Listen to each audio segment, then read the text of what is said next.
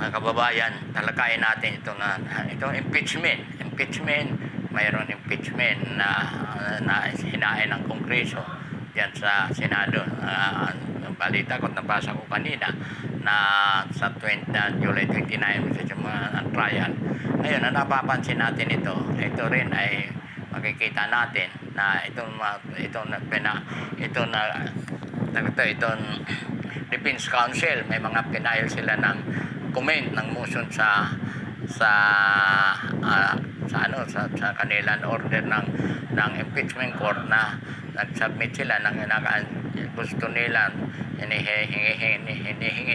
hinihiling ng mga abogado ng 16 na magagaling na abogado. Nakita ko dito, napansin ko, itong 16 na mga magagaling na abogado, parang hinihiling na nila, mabasura talaga itong nasabi ng impeachment.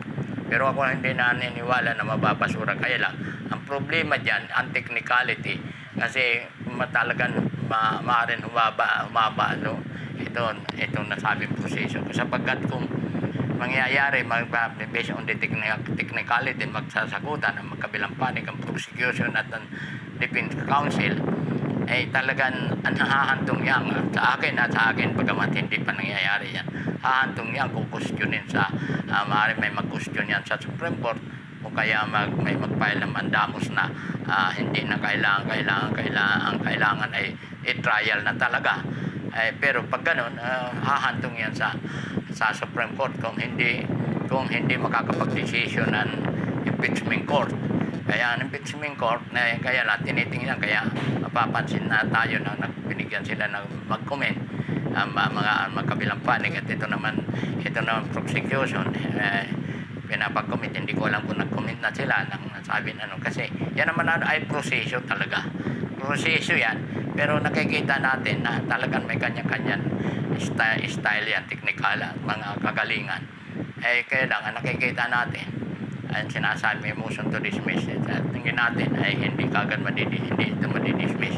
Pero kaya lang, kung may mga technicality, ang issues yan tatagal, hahaba. Kumbaga sa pinakamahaba mang prosesyon, sa simbahan din ang dating. Kaya tingin ko ay talagang magkakaroon ng trial, at hindi naman tama ito hindi magkakaroon